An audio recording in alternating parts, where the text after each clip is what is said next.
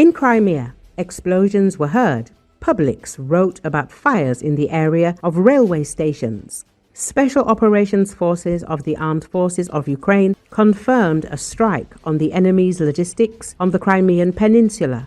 What happened and how, and what the consequences may be, Krym Realii media outlet found out. It is noted that since the morning of August the 26th, explosions have been heard in many areas of annexed Crimea. Crimeans reported drones flying over the Chernomorsky district, over the village of Mirny and Yevpatoria. Monitoring channels associated with the Russian military reported a danger via UAVs for the western regions of Crimea and Dzhankoy. The Telegram channel Krymsky Veter, citing information from subscribers, reported that Russian electronic warfare landed a drone in the city center near the railway station from where smoke is rising. Later, the Urozhaynaya railway station near the village of Krasnogvardeyskoye was hit. As reported by Krymsky Veter, the substation from which smoke was rising was preliminarily hit. The Special Operations Forces of the Armed Forces of Ukraine confirmed the strike on targets in annexed Crimea. According to their data, as a result of the operation, logistics facilities that ensure the functioning and combat supply of military units of the Russian army were disabled. The Crimean company reported an emergency power outage in a number of settlements in the Krasnogvardeyskoye district. Settlements Krasnogvardeyskoye, Marianovka, Petrovka, Novoestonia, Vidonie, Voshkod, Shkabakovo, Novopokrovka, Dokadonye, Dokodnoye, Novoseltsy, Nevskoye, Vladimirovo, Znamenka. The report says traction substations ECHE 61 and the area of the contact network ECHK 40 of the Urozhaynaya station are located on Telmana Street on the northern outskirts of the Krasnogvardeyskoye settlement.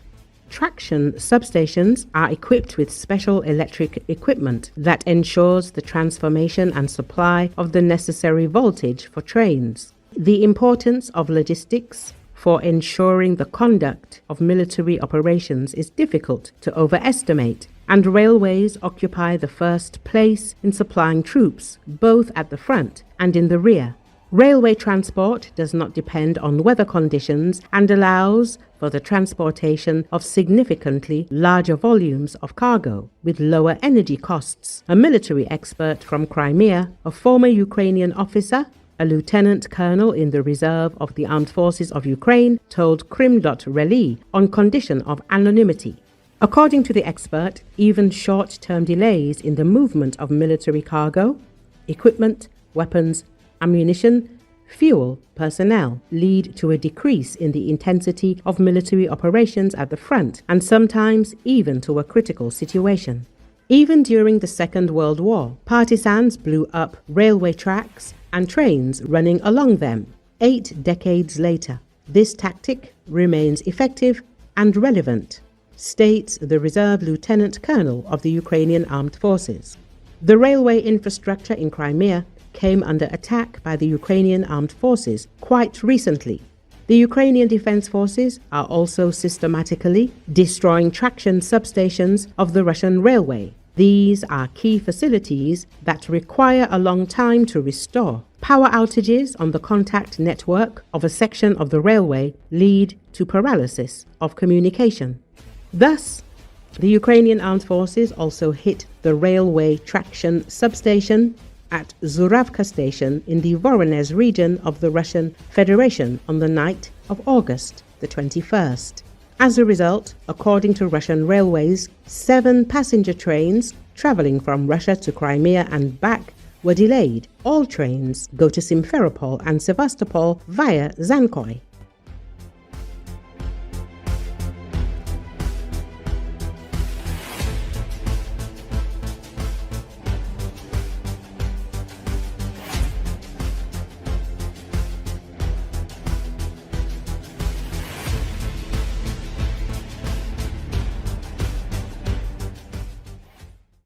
The liberation of settlements in the Pokrovsk direction in Donetsk Oblast by the defense forces indicates that the Russians' summer offensive has already failed, but that escalations at the front are still to be expected. This was stated by the head of the Ukrainian Center for Security and Cooperation, Sergei Kuzan, on air at Radio NV. We should not overestimate the liberation or capture of several settlements by the enemy. Of course, if these are not such large cities as Pokrovsk or Kramatorsk, the capture of such cities changes the situation itself, the situation in the forces at the operational level, he said.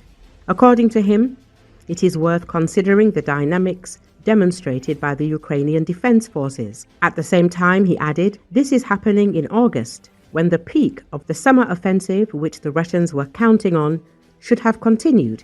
As Kuzan explained, it was now that the Russians should have achieved their greatest successes, and they really planned to break through in the Pokrovsk direction and in the direction of Dobropolye. To break through, to get to our rear, and to create an encirclement for the main urban agglomeration, starting from Kramatorsk and further to Druzhkovka, Konstantinovka.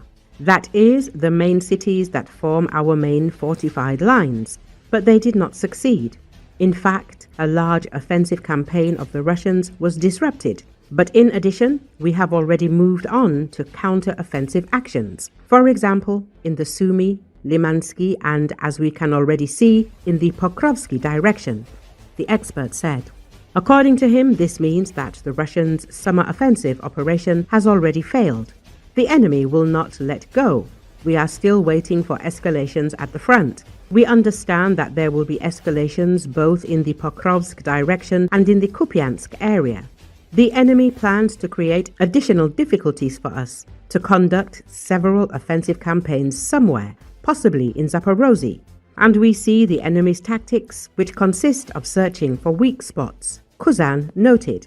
As reported, Commander-in-Chief of the Armed Forces of Ukraine, Oleksandr Syrsky, stated yesterday that the Ukrainian Defense Forces successfully counter-attacked and cleared 3 settlements in Donetsk Oblast of Russian occupiers, Mikhailivka, Zelenski, and Volodymyrivka. He noted that the Pokrovsk direction remains the most difficult on the front. The Commander-in-Chief of the Armed Forces of Ukraine shared that the Ukrainian military continues to hold the defense of Pokrovsk, despite the superior forces of the enemy.